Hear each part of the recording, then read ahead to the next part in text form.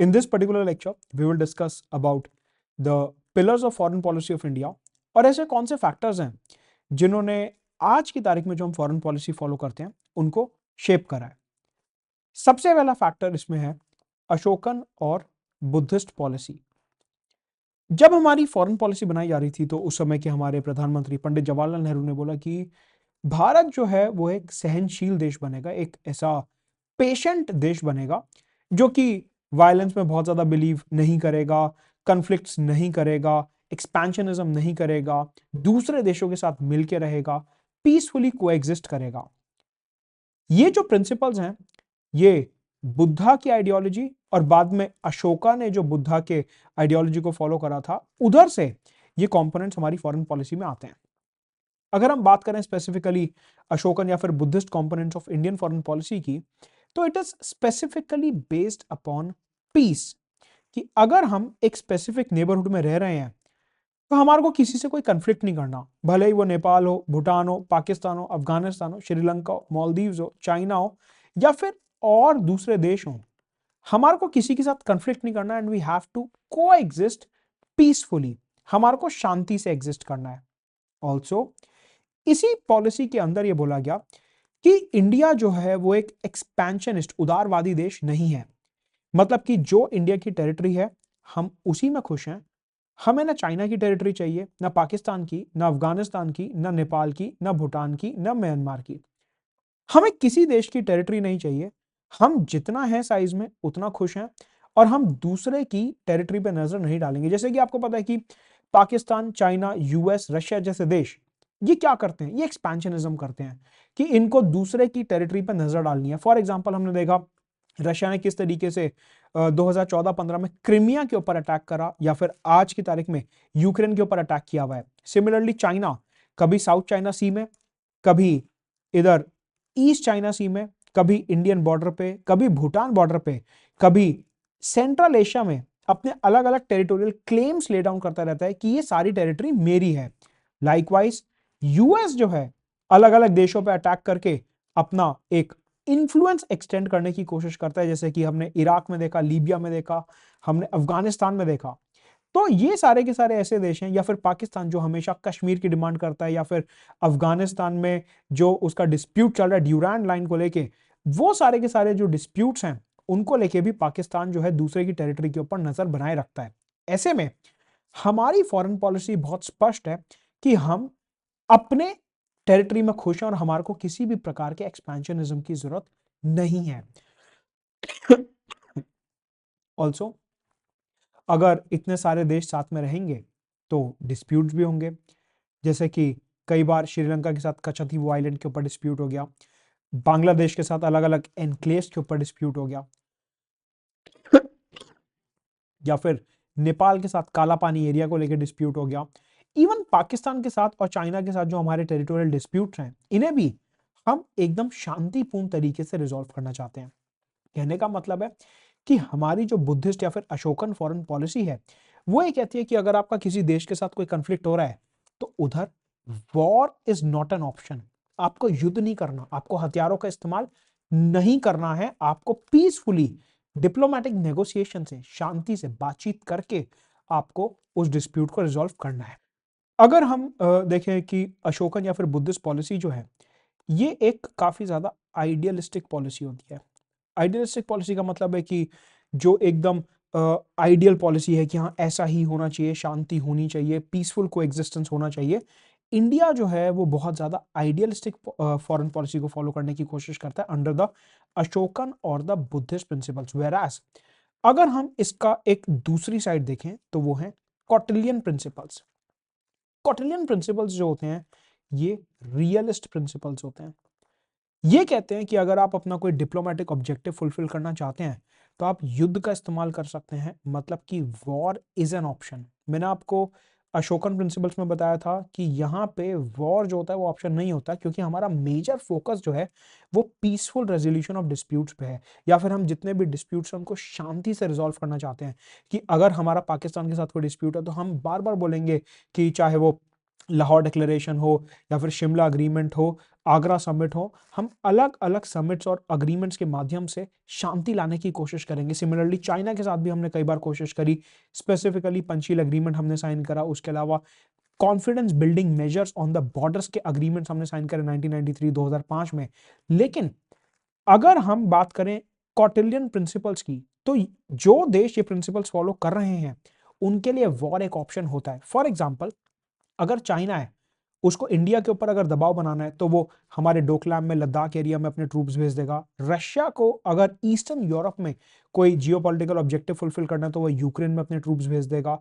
अगर अमेरिका को इधर इंडियन ओशन रीजन में अपने कोई डिप्लोमेटिक ऑब्जेक्टिव फुलफिल करने हैं तो वो इंडियन ओशन में अपने सबमरीन्स और शिप्स को तैनात कर देगा। या फिर साउथ कोरिया में नॉर्थ कोरिया के ऊपर दबाव बनाने के लिए अपने शिप्स को भेज देगा, या फिर अफगानिस्तान में अपनी आर्मी भेज देगा, सीरिया के जो है वहां पे हथियार सप्लाई करेगा, लीबिया में अपनी आर्मी भेज देगा, इराक में अपनी आर्मी भेज देगा। कहने का मतलब है कि ये कुछ इस टाइप के देश हैं जो इंडिया से काफी अलग फॉरेन पॉलिसी फॉलो करते हैं, जो कि रियलिस्ट है और जहां पे उनके लिए युद्ध एक ऑप्शन है। मतलब कि इन देशों का बहुत सिंपल सा मानना होता है कि अगर हमारा किसी के साथ डिस्प्यूट हो रहा है तो ऐसा कंपलसरी नहीं है कि हमारे को उनके साथ पीसफुली डिस्प्यूट को रिजॉल्व करना है। वेरास इंडिया की हमेशा पहले कोशिश ये रहती है कि हम हमेशा पीसफुली डिस्प्यूट को रिजॉल्व करें। अच्छा, अगर आप इंडिया का इतिहास भी देखें तो हमने बुद्धिस्ट पॉलिसी को बहुत सिग्निफिकेंटली फॉलो करा है। आप ये तर्क रख सकते हैं कि सर हमारी तो लड़ाई 1962 में चाइना से हुई, 65 में पाकिस्तान से हुई, 71 में पाकिस्तान से हुई, उसके बाद 1999 में कारगिल कन्फ्लिक्ट हुआ, सर्जिकल स्ट्राइक्स हुए। तो ये सब क्या है? यहाँ पे तो भारत हथियारों का इस्तेमाल कर रहा है। तो क्या ये सारे एग्जाम्पल्स बुद्धिस्ट पॉलिसी का वायलेशन माने जाएंगे? जवाब है ना। क्यों? जितने भी इंस्टेंसेस मैंने आपको बताए, यहां पे कभी भी इंडिया ने पहले युद्ध की शुरुआत नहीं करी। इंडिया ने हमेशा अपनी जमीन को, टेरिटरी को बचाने के लिए सेल्फ डिफेंस में अपने हथियारों का प्रयोग करा है। मतलब कि इंडिया जो है, जब सारे के सारे पीस के ऑप्शंस खत्म हो गए, उसके बाद इंडिया ने जो है हथियार उठाए अपने सेल्फ डिफेंस में। फॉर एग्जाम्पल, 1962 के चाइना युद्ध से पहले इंडिया ने पंचशील अग्रीमेंट साइन करा, उसे वायलेट करा चाइना ने। 1965 की वॉर, उससे पहले पाकिस्तान के साथ हमारा Indus water treaty, Nehru Liaquat agreement और कई सारे समझौते साइन हुए, लेकिन पाकिस्तान ने हमेशा से इंडिया को एक दुश्मन की तरह देखा। इवन 1971 की वॉर में भी पाकिस्तान ने ताशकंद डिक्लेरेशन को वायलेट करा और कारगिल कॉन्फ्लिक्ट में पाकिस्तान ने लाहौर डिक्लेरेशन और शिमला अग्रीमेंट को वायलेट करा। कहने का मतलब है कि जब जब इंडिया के ऊपर अटैक हुआ है, इंडिया ने कोशिश ये करी है कि हम अग्रीमेंट्स और पीसफुल नेगोशिएशंस के थ्रू डिस्प्यूट्स को रिजॉल्व करें। लेकिन जब बात आती है हमारी टेरिटोरियल इंटीग्रिटी और सॉवरेंटी की, तो हमने हमेशा सेल्फ डिफेंस में ही हथियार उठाए हैं। इवन सर्जिकल स्ट्राइक्स भी तब हुए जब हमने रेपिटेडली पाकिस्तान को यह समझाया कि आप आतंकवाद रोकिए, आतंकवाद मत स्पॉन्सर करिए, इससे दोनों देशों का नुकसान है, आतंकवाद एक अच्छी बात नहीं है। लेकिन जब पानी सर से ऊपर गया, उसके बाद हमारे को सर्जिकल स्ट्राइक करना पड़ा, और वो भी हमने पाकिस्तान के नागरिकों को या उनकी आर्मी को नुकसान नहीं पहुंचाया। हमने सिर्फ और सिर्फ जो आतंकवादियों के लॉन्च पैड्स हैं, जहां पे आतंकवादी स्थित थे, सिर्फ उन एरियाज के ऊपर अटैक करके आतंकवादियों के इंफ्रास्ट्रक्चर को डिस्ट्रॉय करा। मतलब कि अगर इंडिया हथियार उठा भी रहा है तो वो बहुत ज्यादा रिस्पॉन्सिबल तरीके से उठा रहा है, और यही हमारी अशोकन और बुद्धिस्ट पॉलिसी है, जो कि एक आइडियलिस्टिक पॉलिसी है। तो ये है हमारी फॉरेन पॉलिसी का pillar number 1, that is Ashokan और बुद्धिस्ट पॉलिसी। सेकेंड, हमारी फॉरेन पॉलिसी का मोटिवेटर है इंडियन फ्रीडम स्ट्रगल। हमारा जो पूरा आजादी का संग्राम था, वहां से बहुत सारे ऐसे एलिमेंट्स हैं जो हमने अपनी फॉरेन पॉलिसी में इनकॉर्पोरेट करे। उसमें सबसे पहला एलिमेंट है रिस्पेक्ट फॉर सॉवरेंटी।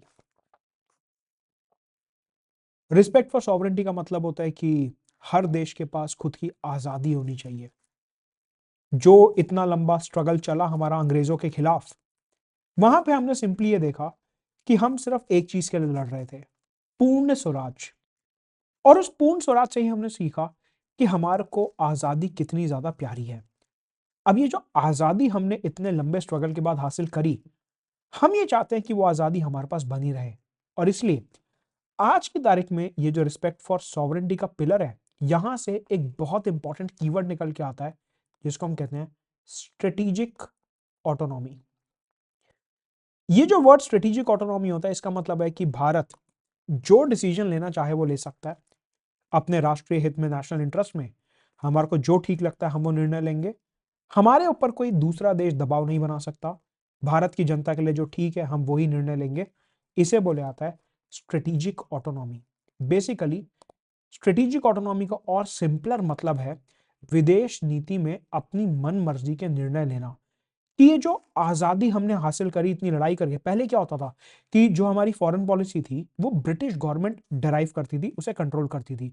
जो ब्रिटिश गवर्नमेंट ने बोल दिया, जो क्राउन ने बोल दिया, हमारे को उसी तरीके से अपनी फॉरेन पॉलिसी कंडक्ट करनी पड़ती थी जब हम गुलाम थे। लेकिन हमने इतनी मुश्किल से जो आजादी हासिल करी है उसका रिफ्लेक्शन हमारे को फॉरेन पॉलिसी में भी देखने को मिलता है in the form of strategic autonomy. तो भले ही आप ब्रिक्स ले लीजिए, G20 ले लीजिए, आप कोई भी बड़े से बड़ा ग्रुप ले लीजिए, या कोई दूसरे देश के साथ हमारा रिलेशनशिप ले लीजिए, हम हमेशा वही निर्णय लेते हैं जो हमारे देश की जनता के हित में होता है। फॉर एग्जाम्पल, अमेरिका ने हमारे को कई बार समझाने की कोशिश करी कि आप ईरान के साथ बातचीत मत करो, ईरान अच्छा देश नहीं है। या फिर अमेरिका ने हमारे को यह भी बोलने की कोशिश करी कि रशिया बहुत अच्छा देश नहीं है, आप इससे दूर रहो। लेकिन इंडिया को पता है कि हमारा नेशनल इंटरेस्ट रशिया में भी है, क्योंकि यहां से हम बहुत ज्यादा diamond, coal, oil, gas, defence equipments import करते हैं, और रशिया हमारे ट्रस्टेड पार्टनर है। तो हम यूएस के कहने पर रशिया के साथ अपने संबंध बिगाड़ नहीं सकते। इसी को बोलते हैं स्ट्रेटेजिक ऑटोनॉमी। सिमिलरली अगर हम ईरान की बात करें, आपको पता है कि ईरान जो है वो हमारा सेंट्रल एशिया और अफगानिस्तान के लिए सीधा रास्ता प्रोवाइड करता है। ऐसे में अगर हम ईरान से बिगाड़ लेंगे तो हमारा सेंट्रल एशिया का एक्सेस कम हो जाएगा और वहां पे चाइना का इन्फ्लुएंस जो है वो इंक्रीज होने लगेगा। मतलब कि ईरान से बिगाड़ने में भारत का नुकसान है। इसलिए भले यूएस कुछ भी बोले, हम अपनी स्ट्रेटेजिक ऑटोनॉमी को फॉलो करते हुए हमेशा ईरान, रशिया जैसे देशों के साथ रिलेशन बनाए रखेंगे।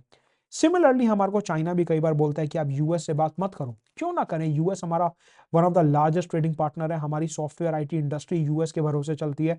हमारे मेजर मेजर क्लाइंट्स जो हैं आईटी इंडस्ट्री को वो यूएस में है। हमारा इतना बड़ा इंडियन डियाजअप हो रहा है वो यूएस में है। इनके साथ हमारा डिफेंस का ट्रेड भी इंक्रीज हो रहा है, यूनाइटेड नेशंस कोलैबोरेशन बढ़ रहा है, क्वाड ग्रुपिंग, I2U2, इन सब जगहों पे हम अमेरिका के साथ कोलैबोरेट कर रहे हैं significantly, bilaterally as well as multilaterally. कहने का मतलब है कि जो भारत के नेशनल इंटरेस्ट में होगा हम वही काम करेंगे, और उसे ही स्ट्रेटेजिक ऑटोनॉमी बोला गया।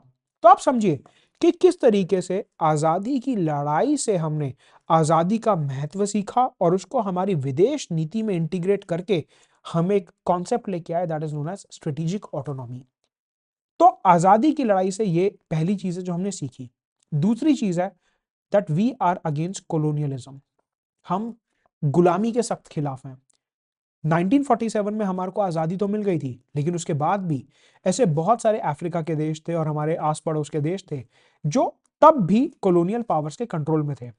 हमारे को आज़ादी मिलने के बाद हमने अपनी आइडियोलॉजी, अपने मेथड उनके साथ शेयर करे जिससे कि उनको आज़ादी मिल सके।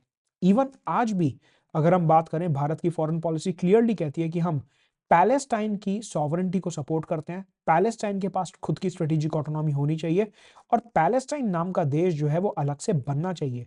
1947 से लेके आज तक भारत ने हमेशा से ही एक कांस्टेंट स्टैंस मेंटेन करा है कि पैलेस्टाइन का क्रिएशन जो है वो होना चाहिए। मतलब कि जब तक ये यूरोपीय देशों ने अलग अलग देशों के ऊपर कब्जा कर रखा था, गुलामी बना रखी थी, कॉलोनीज बना रखी थी, इंडिया ने हमेशा उन गुलाम देशों की ऑटोनॉमी और सॉवरेंटी को सपोर्ट करा है। लेकिन सवाल उठता है कि अब तो कॉलोनियलिज्म खत्म हो गया। जो यूरोप के देश थे अब वो किसी और के ऊपर राज नहीं करते हैं। वो सारा जो गुलामी का दौर था वो तो खत्म हो गया। तो आज के दौर में इस पर्टिकुलर पॉलिसी की क्या वैल्यू है, क्या महत्व है? देखिए, इसका बहुत सिंपल आंसर है कि आज के दौर में एक नए प्रकार की गुलामी उठ के आ रही है जिसको हम कहते हैं नियो कॉलोनियलिज्म। नियो कॉलोनियलिज्म का क्या मतलब होता है? नियो कॉलोनियलिज्म का मतलब है कि आज के दौर में जो ऐसे बड़े बड़े देश हैं, पहले क्या होता था, अंग्रेजों को भारत पे राज करना है, अंग्रेज वहां से चल के आए, उन्होंने इंडिया में अपना पूरा कॉलोनीज वगैरह बसाई, रॉबर्ट क्लाइव वगैरह यहाँ पे रहने लगे और फिर हमारे ऊपर राज करने लगे। आज के दौर में वैसे गुलामी नहीं होती। आज के दौर में गुलामी इस प्रकार से होती है कि एक बड़ा देश छोटे देश को बहुत सारा पैसा, हथियार देगा और फिर छोटा देश जो है वो बड़े देश के दबाव में आके सिर्फ वो काम करेगा जो बड़ा देश बोल रहा है। फॉर एग्जाम्पल, चाइना ने जिस तरीके से पाकिस्तान, श्रीलंका, म्यांमार, नेपाल जैसे देशों को डेट ट्रैप में फंसाया है, कीनिया और इवन सेंट्रल एशिया के कुछ देश जो आज चाइना के कर्ज में हैं, वो चाइना के आगे कुछ बहुत ज्यादा बोल नहीं पाते। जो चाइना बोलेगा उन देशों को वही पॉलिसी फॉलो करनी पड़ती है। फॉर एग्जाम्पल, अगर हम तिब्बत की ताइवान की बात करते हैं, तो पूरी दुनिया में अलग अलग देशों का अलग अलग स्टैंड है ताइवान को लेके। लेकिन आप कभी भी पाकिस्तान का स्टैंड सुन लीजिए ताइवान को लेके, वो हमेशा ये होगा कि ताइवान जो है वो चाइना का हिस्सा है। क्यों? पाकिस्तान को ऐसा बोलना पड़ेगा क्योंकि पाकिस्तान ने चाइना से इतना सारा पैसा उधारी में ले रखा है, हथियार, न्यूक्लियर वेपन्स उधारी में ले रखे हैं, कि पाकिस्तान जो है उसे चाइना का स्टैंड फॉलो करना ही पड़ेगा। सिमिलरली आपने देखा होगा रिसेंटली मालदीव्स में एक नई सरकार बनी है जो कि बहुत ज्यादा प्रो चाइनीज सरकार है। उन्होंने India out campaign, quit India campaign, इस तरीके के कैंपेन्स लॉन्च करे कि इंडिया की जो डिफेंस इक्विपमेंट है वो मालदीव से बाहर हो जाए और इंडिया से हमारे को एक दूरी बनानी है। क्यों? क्योंकि चाइना ने इतना सिग्निफिकेंट इन्वेस्टमेंट करा हुआ है मालदीव्स में कि मालदीव्स को चाइना के कहने पे ऐसा करना पड़ रहा है। कहने का मतलब है कि आज के दौर की, जो नए दौर की गुलामी है, इसे कहते हैं नियो कॉलोनियल एक्सपेंशन, जहां पे छोटे देश जो हैं वो बड़े देशों से पैसा लेके फंस चुके हैं और उन्हें अब वही काम करना पड़ेगा अपनी विदेश नीति में जो बड़े देश उनसे करने को बोल रहे हैं। इसे कहते हैं नियो कॉलोनियल एक्सपेंशन। तो भारत ने अपने फ्रीडम स्ट्रगल से जो कॉलोनियलिज्म का खिलाफ करना सीखा था, वो हम आज भी फॉलो करते हैं कि ये जो नए दौर की गुलामी है जिसे हम नियो कॉलोनियलिज्म बोलते हैं, ये नहीं होना चाहिए। ये हमारे फ्रीडम स्ट्रगल की वैल्यूज के खिलाफ है। ऑल्सो अगर हम एक और फैक्टर देखें अपने फ्रीडम स्ट्रगल से inspired, that is secular foreign policy. आपको पता है कि हमारा जो फ्रीडम स्ट्रगल था ओवरऑल वो बहुत ज्यादा सेक्युलर था। सेक्युलर इन अ वे कि अगर आप नेशनल मूवमेंट उठा के देखें तो उसमें आपको हर धर्म के लोग देखने को मिलेंगे, चाहे वो हिंदू हो, क्रिश्चियन हो, मुस्लिम हो, जैन हो, सिख हो, पारसी हो। हर धर्म के लोग जो हैं आपको हमारे नेशनल मूवमेंट में कुछ ना कुछ रोल प्ले करते हुए दिखेंगे। इवन महात्मा गांधी के नेतृत्व में जो कांग्रेस की मूवमेंट आगे बढ़ी और उसके बाद जो सारा काम हुआ वो भी बहुत ही सेक्युलर तरीके से किया गया। इवन जो है नॉन कॉपरेशन खिलाफत मूवमेंट में भी महात्मा गांधी ने हिंदू मुस्लिम यूनिटी की बात करी थी। तो ओवरऑल अगर हम अपनी नेशनल मूवमेंट को देखते हैं तो वो काफी हद तक सेक्युलर रही थी। ऐसे में उसी सेक्युलरिज्म को फॉलो करते हुए आज हम अपनी फॉरेन पॉलिसी फॉलो करते हैं कि भले ही हम इधर चले जाएं आसियान एरिया में जहां पे बुद्धिस्ट मेजोरिटी है, हम इनके साथ भी कोलैबोरेट करेंगे। हम अगर यूरोप में चले जाएं जहां क्रिश्चियन मेजोरिटी है, हम वहां पे भी इनके साथ बात करेंगे। हम मिडिल ईस्ट चले जाएं जहां पे इस्लामिक मेजोरिटी है, हम वहां पे भी कोलैबोरेशन करेंगे। हम नेपाल चले जाएं जहां पे हिंदुइज्म अच्छा खासा मात्रा में है, हम वहां पे भी कोलैबोरेशन करेंगे। कहने का मतलब है कि हमारी फॉरेन पॉलिसी जो है वो किसी एक धर्म के ऊपर नहीं टिकी हुई, और ये जो सेक्युलरिज्म है हमारी फॉरेन पॉलिसी का, ये हमने अपने फ्रीडम स्ट्रगल से सीखा था। इंडियन फ्रीडम स्ट्रगल से सीखा हुआ अगला पिलर है टॉलरेंस बेस्ड फॉरेन पॉलिसी। आपको पता है कि जितनी भी हमारी मूवमेंट थी, चाहे वो अलग अलग सत्याग्रह हो 1917 1918 में, या फिर उसके बाद non cooperation movement, civil disobedience movement, quit India movement, mostly all of them were based upon tolerance, कि हम वायलेंस नहीं करेंगे और हम टॉलरेंट रहेंगे। अगर हम देखें तो ये दोनों पिलर्स हमारी हर मूवमेंट में हमारे को देखने को मिलते हैं। यही सेम चीज आज हमने अपनी फॉरेन पॉलिसी में भी इनकॉर्पोरेट करी है कि हमारी जो विदेश नीति है वो काफी ज्यादा टॉलरेंट रहेगी और नॉन वायलेंट रहेगी। मतलब कि टॉलरेंस का मतलब है कि जब तक हमारा ब्रेकिंग पॉइंट नहीं आता हम सहते हैं। फॉर एग्जाम्पल, हम यूनाइटेड नेशंस में पिछले 2 दशकों से 1995 के बाद से कॉम्प्रिहेंसिव कन्वेंशन और इंटरनेशनल टेररिज्म अडॉप्ट करने की बात करते हुए आ रहे हैं, और आज भी हम रिक्वेस्ट कर रहे हैं, लेकिन उस पर कोई बातचीत नहीं हो रही है। हम यूनाइटेड नेशंस और डब्ल्यूटीओ के रिफॉर्म्स की 2 दशकों से ऑलमोस्ट बात करते हुए आ रहे हैं, उसके ऊपर भी कोई प्रोग्रेस नहीं है। हम टॉलरेट कर रहे हैं। जब तक हमारा ब्रेकिंग पॉइंट नहीं आता हम टॉलरेट कर रहे हैं कि आप रिफॉर्म्स कर लीजिए, रिफॉर्म्स कर लीजिए, रिफॉर्म्स कर लीजिए। हम टॉलरेट कर रहे हैं इस चीज को कि वो जिस तरीके से इन सब रिक्वेस्ट को इग्नोर कर रहे हैं, we are tolerating it and in a non violent way. ऐसा नहीं है कि उन्होंने हमारी बात नहीं मानी तो चलो अब सबके ऊपर न्यूक्लियर अटैक कर दो, नहीं, ऐसी पॉलिसी हमारी बिल्कुल नहीं है। We follow a strictly non violent foreign policy, जो हमने इंडियन फ्रीडम स्ट्रगल से सीखा कि अगर कोई देश हमारी बात नहीं मान रहा है तो उसका मतलब ये नहीं है कि हमारे को उनके ऊपर अटैक कर देना है। फॉर एग्जाम्पल, नेपाल का जो काला पानी डिस्प्यूट था, नेपाल ने अपने कॉन्स्टिट्यूशन में अमेंडमेंट करा और ये दिखाया कि जो काला पानी एक्चुअल में जो इंडिया का एरिया है, उन्होंने नेपाल के मैप में दिखाया। मतभेद हो गया, डिफरेंस ऑफ ओपिनियन हो गया, हमने टॉलरेट करा। हमने ये नहीं किया कि नेपाल के ऊपर पहले दिन ही अटैक कर दिया। इंडिया की जो मिलिट्री स्ट्रेंथ है वो इतनी ज्यादा है कि हम ये काम कर सकते थे, लेकिन हमने नहीं करा। क्यों? क्योंकि एक हमारी टॉलरेंस बेस्ड पॉलिसी की, ठीक है नेपाल ने अगर गलती कर दी, कोई नहीं, बातचीत करके उस गलती को सुधारा जा सकता है, उसमें वायलेंस करने की जरूरत नहीं है। इसे कहते हैं tolerance based policy and non violent foreign policy. Even एक समय ऐसा था जब बांग्लादेश से बहुत ज्यादा रिफ्यूजीज इंडिया में आते थे और इंडिया ने हमेशा यह मसला बांग्लादेश के साथ उठाया कि अपने रिफ्यूजीज को आप रोकिए। धीरे धीरे धीरे धीरे नॉन वायलेंट तरीके से वो रिफ्यूजीज इंडिया में आने कम हो गए। लाइकवाइज अगर हम देखें म्यांमार का, तो जो रोहिंग्या मुस्लिम्स वहां से रेफ्यूजीज की तरह इंडिया में आ रहे थे, वो as per report of our intelligence agencies वो एक सिक्योरिटी थ्रेट पोस्ट कर सकते थे due to some ISI links. लेकिन फिर भी इंडिया ने टॉलरेशन रखते हुए धीरे धीरे म्यांमार की सरकार से रिक्वेस्ट करी और रोहिंग्यास की एंट्री इंडिया में बंद करी गई इन अ नॉन वायलेंट वे। हमने ये नहीं किया कि रोहिंग्यास इंडिया में आए कैसे हम उन्हें वायलेंट तरीके से मार देंगे, नहीं, हम वायलेंस में बिलीव नहीं करते। We believe in self defence but violence में हम बिलीव नहीं करते। तो ये दो इंपॉर्टेंट पिलर्स हैं हमारी फ्रीडम स्ट्रगल बेस्ड। इसके अलावा एक और पिलर है, दैट इज इंक्लूसिविटी। आपने देखा होगा कि जो हमारा पूरा नेशनल मूवमेंट था उसमें महिलाएं भी थी, उसमें अलग अलग रीजन के लोग भी थे, उसमें किसान भी थे, वर्किंग क्लास भी थे, उसमें स्टूडेंट्स भी थे। हर सोशल ग्रुप हमारे को कहीं ना कहीं अपने फ्रीडम स्ट्रगल में देखने को मिलता है। लाइकवाइज महात्मा गांधी और कांग्रेस के ऑफिसेस अलग अलग जगहों पे अफ्रीका में खोले गए for cooperation in national movement. Even regular visits जो हैं वो यूएस और लंदन भी हुए कि वहां पे जो इंडियन डियास्पोरा रह रहा है उनके साथ कनेक्ट करके हमारे को एक फ्रीडम मूवमेंट लॉन्च करनी है। Inclusive element. ऐसे ही हमारी जो फॉरेन पॉलिसी है that is based upon the principles of inclusivity.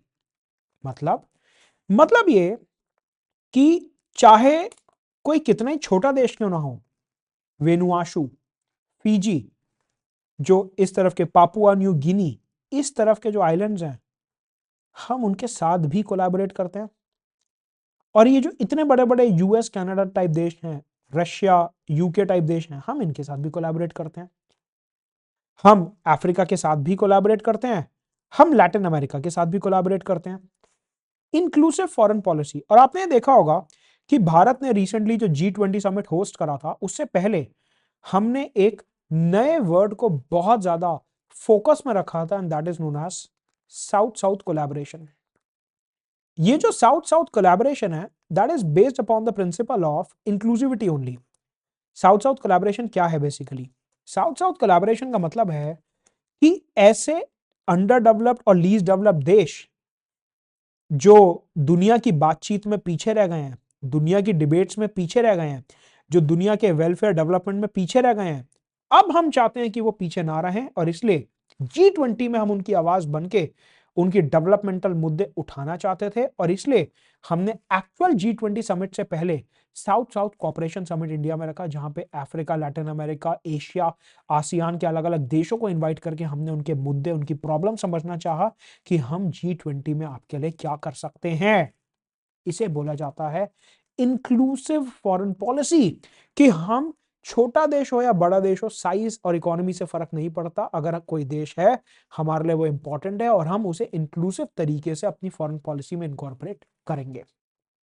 तो ये हमने सीखा हमारे इंडियन फ्रीडम स्ट्रगल से। तो हमने देख लिया अशोकन एंड बुद्धिस्ट पॉलिसी, और उसके अलावा हमने इंडियन फ्रीडम स्ट्रगल से अपनी फॉरेन पॉलिसी में क्या सीखा। तीसरा पिलर है यहाँ पे गांधीयन आइडियोलॉजी का, कि बापू के सिद्धांतों से हमने फॉरेन पॉलिसी में क्या इनकॉर्पोरेट करा। देखिए, नॉन वायलेंट और टॉलरेंस, ये दो चीजें तो कॉमन है, जो फ्रीडम स्ट्रगल में भी है और गांधीयन आइडियोलॉजी में भी है, ये ओवरलैप है यहाँ पे।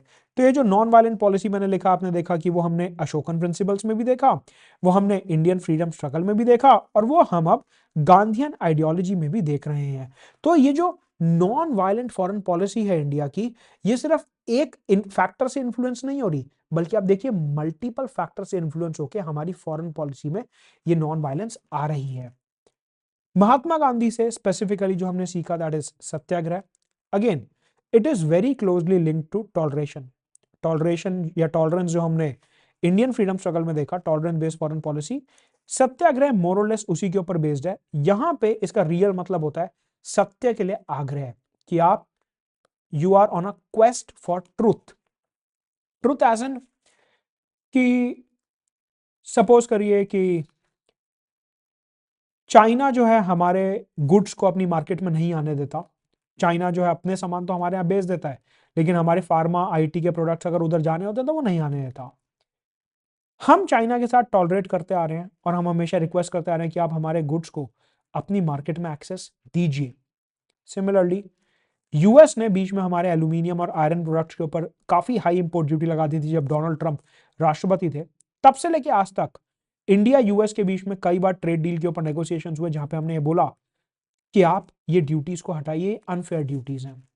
सिमिलरली यूरोपियन यूनियन और यूके के साथ जो हम ट्रेड डील साइन कर रहे हैं वहां पे भी हम सत्य के लिए आग्रह कर रहे हैं कि देखिए हमारे जो प्रोडक्ट्स हैं वो आपकी मार्केट में आने दीजिए, उन्हें मार्केट एक्सेस दीजिए, इंपोर्ट ड्यूटी कम करिए, तभी हमारे एक्सपोर्टर्स और मैन्युफैक्चरर्स का बेनिफिट हो पाएगा।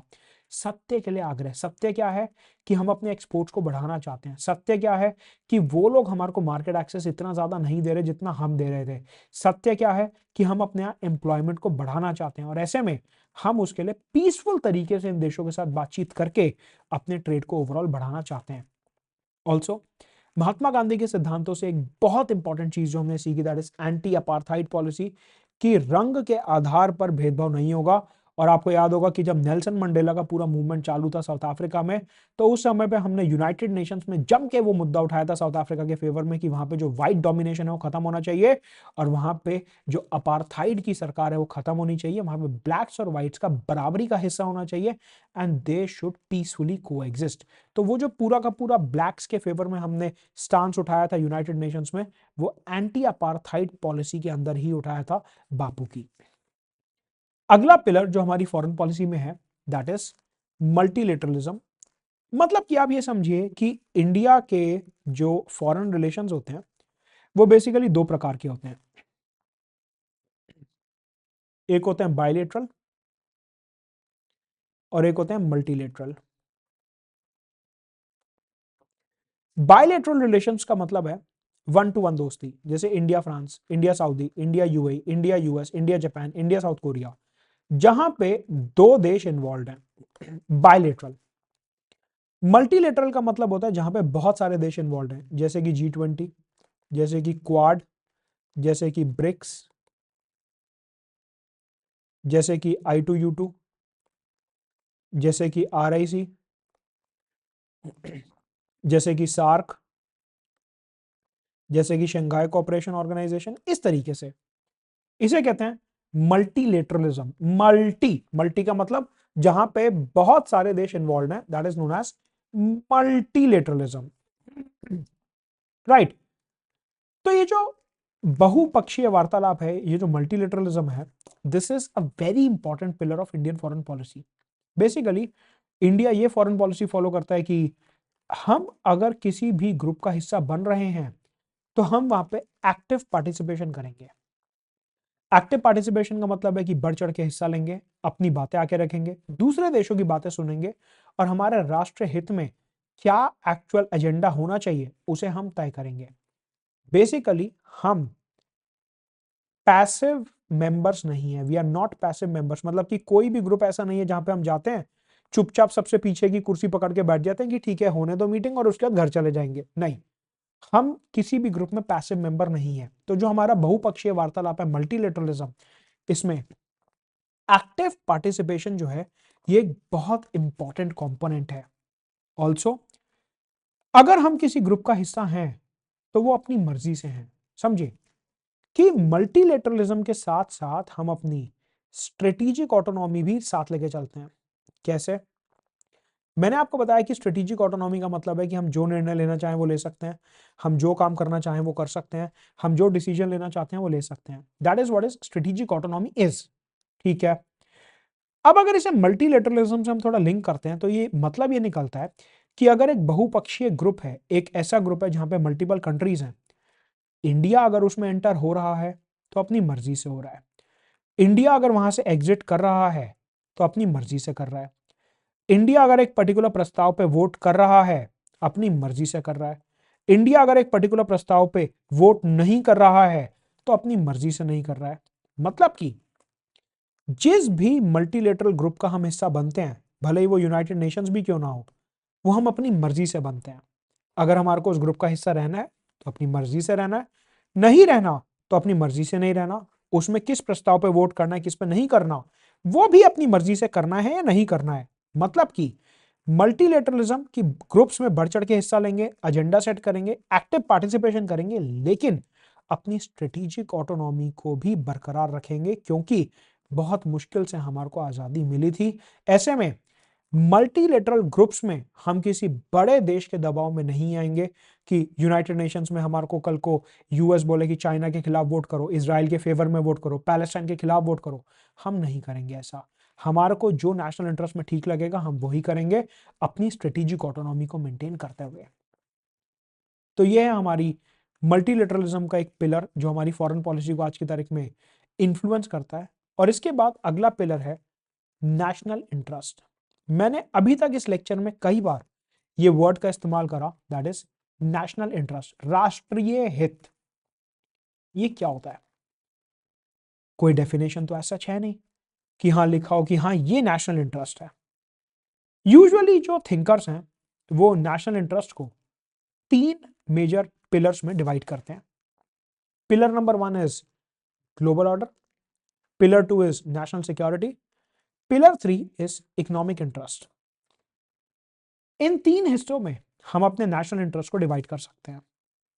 हम क्या समझ रहे हैं? हम ये समझ रहे हैं कि हमारी जो फॉरेन पॉलिसी है वो किन फैक्टर्स से मिलके बनी है, और उन फैक्टर्स में अभी हम बात कर रहे हैं नेशनल इंटरेस्ट की, कि हमारी फॉरेन पॉलिसी का एक बहुत इंपॉर्टेंट हिस्सा जो है वो है नेशनल इंटरेस्ट, कि राष्ट्रीय हित जो है हमारी विदेश नीति का एक बहुत इंपॉर्टेंट हिस्सा है।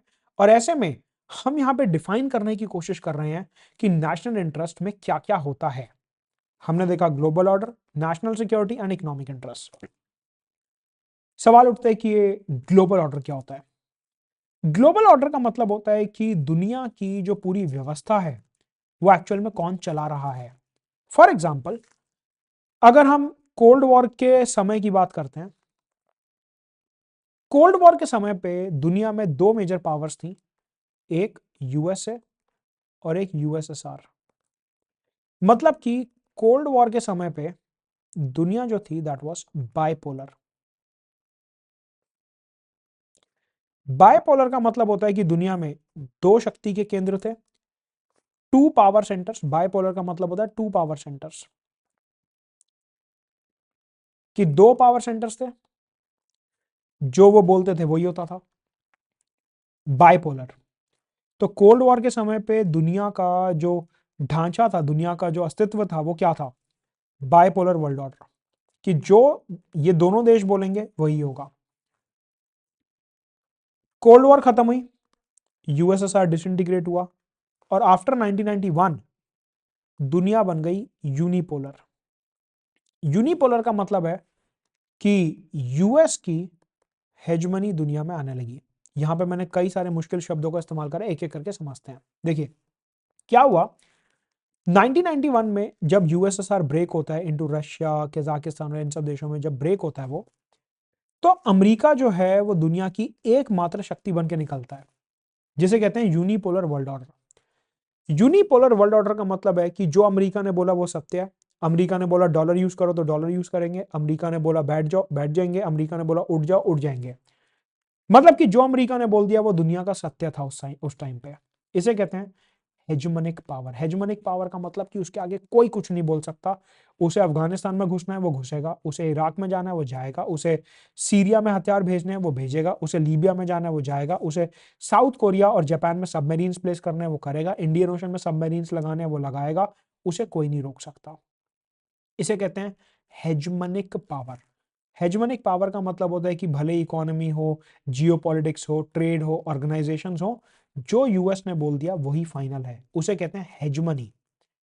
हेजमनी से निकलता है यूनिपोलर वर्ल्ड ऑर्डर की, मतलब एक इतना शक्तिशाली देश जिसके आगे कोई कुछ बोल ही नहीं सकता, तो ऑब्वियसली वो दुनिया का केंद्र बन चुका था और उसने बनाया एक unipolar world order. Unipolar world order का मतलब होता है कि पूरे ब्रह्मांड में सिर्फ एक देश है जिसकी यहाँ पे पूरी बात चलती है, दैट इज यूएस।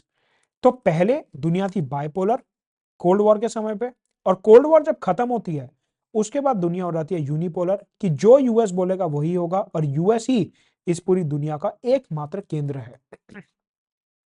लेकिन इंडिया जो है वो इस टाइप का ग्लोबल ऑर्डर नहीं चाहता। हम यूनिपोलर वर्ल्ड ऑर्डर नहीं चाहते। India does not support unipolar world order. मतलब कि अगर हम और सिंपल भाषा में समझने की कोशिश करें, इंडिया ये नहीं चाहता कि यूएस की मनमर्जी चले। इंडिया ये नहीं चाहता कि जो यूएस बोल रहा है वही हो। इंडिया ये नहीं चाहता कि यूएस की मनमर्जी चलती रहे। क्यों? इंडिया ये चाहता है कि दुनिया में सारे देशों की मनमर्जी चले। इंडिया बेसिकली चाहता है मल्टीपोलर वर्ल्ड ऑर्डर।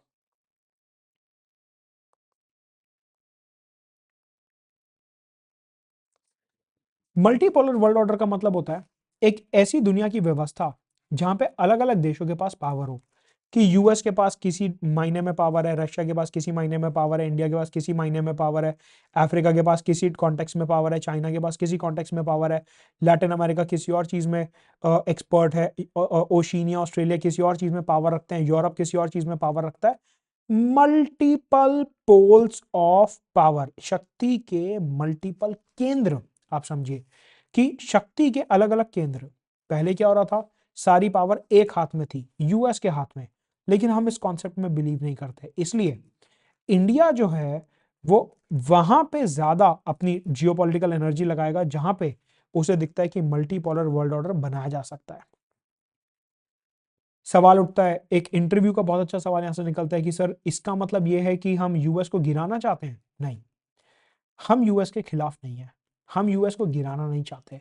यूएस हमारा स्ट्रेटेजिक पार्टनर है, हमारा काफी इंपॉर्टेंट पार्टनर है, और हम उसे गिराना नहीं चाहते। But at the same time हम ये भी नहीं चाहते कि एक देश जो है वो सारे के सारे ऑर्गेनाइजेशंस और दुनिया का ढांचा संभाल रहा है और उसके एजेंडा को सेट कर रहा है। हम चाहते हैं कि बराबरी से, इक्वालिटी से सारे देशों में पावर का डिस्ट्रीब्यूशन होना चाहिए। तो वेयरएज हम यूएस के दुश्मन नहीं है, लेकिन हम इक्वालिटी के प्रिंसिपल के अंदर ये चाहते हैं कि पावर एक हैंड में कंसंट्रेटेड ना रहे, बल्कि पूरी दुनिया में अलग अलग देशों में कंसंट्रेट हो। इस वजह से हम मल्टीपोलर वर्ल्ड ऑर्डर की स्थापना करना चाहते हैं। तो ये है ग्लोबल ऑर्डर। मतलब कि इंडिया अगर अलग अलग देशों के साथ कोलैबोरेट करता है तो वो इसलिए भी करता है कि हम मल्टीपोलर वर्ल्ड ऑर्डर बना सकें। फॉर एग्जांपल, इंडिया फ्रांस ने कुछ टाइम पहले ये डिसाइड करा कि हम रुपये और यूरो में ज्यादा ट्रेड करने की कोशिश करेंगे और डॉलर का इस्तेमाल कम करेंगे। इंडिया रशिया ने यह तय करा कि हम रूबल और इंडियन रुपी में ज्यादा ट्रेड करने की कोशिश करेंगे, डॉलर में कम ट्रेड करने की कोशिश करेंगे।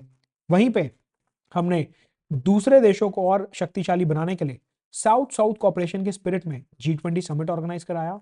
इवन ब्रिक्स में और शंघाई कॉपरेशन ऑर्गेनाइजेशन में भी हम एशिया और दूसरे एरियाज के देशों में डेवलपमेंट प्रमोट करने की कोशिश कर रहे हैं। कहने का मतलब है कि इंडिया उन सारी जगहों पे कोलैबोरेट करेगा जहां पे हम यूएस की हेजमनी कम कर सकते हैं, यूनिपोलर वर्ल्ड ऑर्डर को कम कर सकते हैं और मल्टीपोलर वर्ल्ड ऑर्डर के ढांचे को प्रमोट कर सकते हैं। Having said that, we are not against United States in any manner. हम यूनाइटेड स्टेट्स के खिलाफ नहीं है, बट हम इनइक्वालिटी ऑफ पावर के खिलाफ हैं। तो ये है ग्लोबल ऑर्डर, कि जहां पे भी हमारे को अपॉर्चुनिटी मिलती है मल्टीपोलर वर्ल्ड ऑर्डर क्रिएट करने की, हम वहां पे जरूर कोलैबोरेट करते हैं, क्योंकि हम यूनिपोलर वर्ल्ड ऑर्डर नहीं चाहते। यहीं पे सेकंड पिलर निकलता है, नेशनल सिक्योरिटी।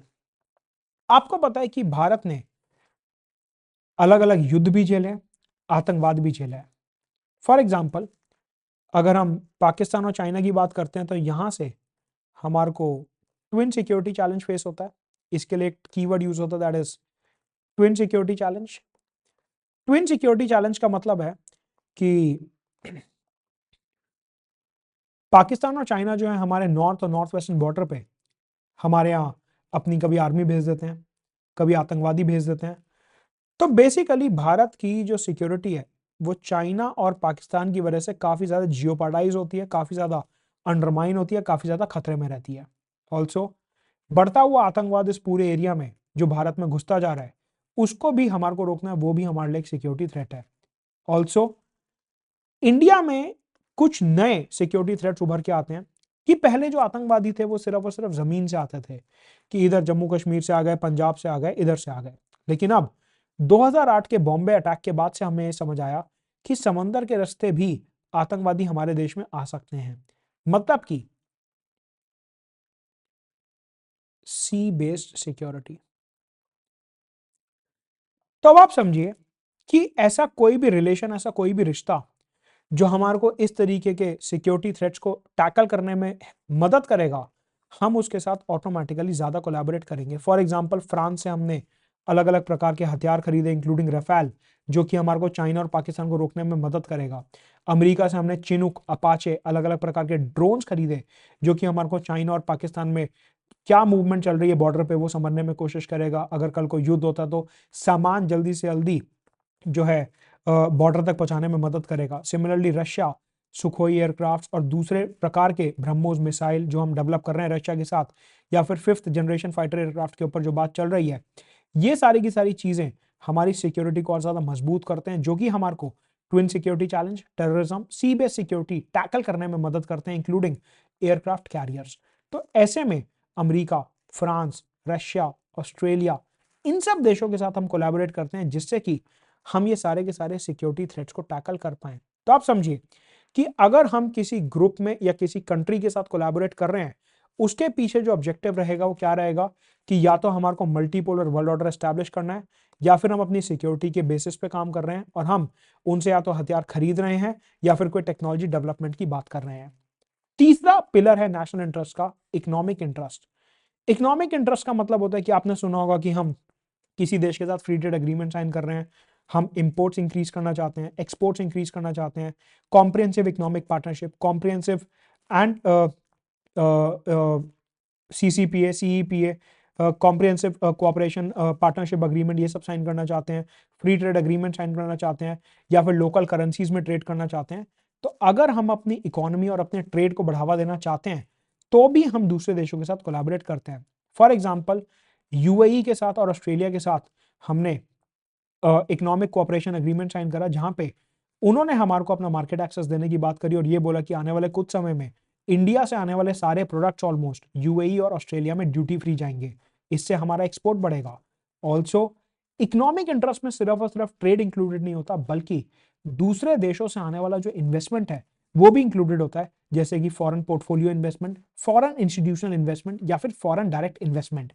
कि अमेरिका में बैठे हुए मार्क जुकरबर्ग और वॉरेन बुफे टाइप इन्वेस्टर्स जो हैं यहाँ पे पेटीएम जैसी कंपनियों में पैसा लगाएं, या फिर सिंगापुर के अलग अलग इन्वेस्टर्स जो हैं वो इंडिया में पैसा लगाएं, अलग अलग देश के जो इन्वेस्टर्स हैं वो इंडिया में आके इन्वेस्टमेंट करें।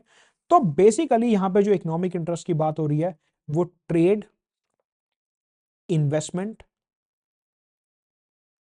एंड मूवमेंट ऑफ पीपल के कॉन्टेक्स्ट में हो रही है। मूवमेंट ऑफ पीपल का मतलब होता है कि हमारे यहाँ के जो प्रोफेशनल्स हैं, स्टूडेंट्स हैं, बिजनेसमैन हैं, वो अलग अलग जगह पे जाना चाहते हैं। फॉर एग्जांपल, आपको पता होगा कि हमारे यहाँ से बहुत सारे स्टूडेंट्स ऑस्ट्रेलिया जाते हैं पढ़ने, यूके जाते हैं पढ़ने, रशिया जाते हैं मेडिकल पढ़ने, यूएस जाते हैं, कनाडा जाते हैं। इन सब जगहों पे हम ये चाहते हैं कि हमारे जो इंडियन नेशनल्स हैं उनको वीजा आसानी से मिले, उनका जो ट्रैवल है वो आसान हो, उनको वहां पे प्रेफरेंशियल एक्सेस मिले, सोशल सिक्योरिटी मिले। मतलब कि हम अगर अलग अलग देशों और ऑर्गेनाइजेशंस के साथ कोलैबोरेट करते हैं, तो उसके पीछे हमारा एक बहुत बड़ा ऑब्जेक्टिव होता है कि या तो हमारा ट्रेड इंक्रीज हो, या हमारी इन्वेस्टमेंट इंक्रीज हो, या फिर हमारा मूवमेंट ऑफ पीपल इंक्रीज हो, कि हमारे यहाँ के लोग ज्यादा से ज्यादा उधर जाएं। और फिर आप समझिए कि हमारे यहाँ से सुंदर पिचाई जैसे लोग अगर गूगल में जाते हैं, यूएस में जाते हैं, तो जब वो एक हाई लेवल अटेन करते हैं, जब इंडियन डियास्पोरा बाहर ग्रो करता है, तो वो अल्टीमेटली इंडिया को काफी ज्यादा बेनिफिट करता है, कि जब वो लोग अपनी कंपनीज की, अपने देशों की पॉलिसी बनाएंगे, तो उसमें इंडिया जो है वो उनके कोर फोकस में रहेगा। तो ऐसे में ये अच्छी बात है कि हमारे यहाँ के डियास्पोरा निकल के उधर जाते हैं, ग्रो करते हैं, हाई लेवल की अथॉरिटेटिव कमांडिंग पोजीशंस में रहते हैं, तो उससे इंडिया का ही बेनिफिट होता है। यहां पर इकोनॉमिक इंटरेस्ट में एक बहुत इंपॉर्टेंट इमर्जिंग जो डोमेन आता है आज की तारीख में, उसे कहते हैं टेक्नोलॉजिकल कोऑपरेशन। अगर हम इंडिया का रिलेशन देखें आज किसी भी देश के साथ, तो वो टेक्नोलॉजी के बिना अधूरा है। चाहे वो ड्रोन टेक्नोलॉजी हो, इंटरनेट ऑफ थिंग्स हो, इंफॉर्मेशन कम्युनिकेशन टेक्नोलॉजी हो, 5G 6G हो, वैक्सीन डिप्लोमेसी हो, science and technology based upon nano physics और पार्टिकल फिजिक्स हो, हम हर देश के साथ टेक्नोलॉजी बेस्ड कोलैबोरेशन करने की कोशिश करते हैं कि कहीं ना कहीं से हमारा टेक्नोलॉजी एक्सचेंज चलता रहे। कि फॉर एग्जांपल जब भी हम इजराइल के साथ बातचीत करते हैं तो हम ड्रिप इरिगेशन और वाटर हार्वेस्टिंग की बात जरूर करते हैं। अगर हम फ्रांस के साथ बात कर रहे हैं तो हम clean energy, green hydrogen, wind energy की बात जरूर करते हैं। अगर हम यूएस के साथ कोलैबोरेट कर रहे हैं तो हम 6G टेक्नोलॉजी की बात जरूर करते हैं। अगर हम रशिया के साथ कोलैबोरेट कर रहे हैं तो हम 5th और 6th जनरेशन फाइटर एयरक्राफ्ट की बात जरूर करते हैं। अगर हम जापान के साथ कोलैबोरेट कर रहे हैं तो हाई स्पीड रेल और इस तरीके के ट्रांसपोर्टेशन टेक्नोलॉजी की बात हम जरूर करते हैं। कहने का मतलब है कि टेक्नोलॉजी जो है वो हमारी फॉरेन पॉलिसी का एक बहुत इंपॉर्टेंट हिस्सा बनता आ रहा है under the technology based diplomacy. तो आप समझिए कि अगर हम अपनी फॉरेन पॉलिसी में किसी के भी साथ अगर कोलैबोरेट करते हैं तो उसमें या तो हमारे को ग्लोबल ऑर्डर चेंज करना होता है कि हम यूनिपोलर से मल्टीपोलर की तरफ जाना चाहते हैं, नेशनल सिक्योरिटी में कोलैबोरेट करना चाहते हैं कि आतंकवाद को हमने रोका, या फिर अपने जो ट्विन सिक्योरिटी चैलेंज है उसको टैकल करा, या फिर सी बेस्ड सिक्योरिटी को टैकल करा। इकोनॉमिक इंटरेस्ट में हम ये चाहते हैं कि ज्यादा से ज्यादा एक्सपोर्ट्स बढ़े, इन्वेस्टमेंट बढ़े, मूवमेंट ऑफ पीपल बढ़े, या फिर आज के नए आयाम में टेक्नोलॉजी बेस्ड कोलैबोरेशन भी बढ़ना चाहिए। तो ये कुछ पिलर्स हैं हमारी इंडियन फॉरेन पॉलिसी के जो हमने अडॉप्ट करें over the period of time. मिलेंगे अगले लेक्चर में।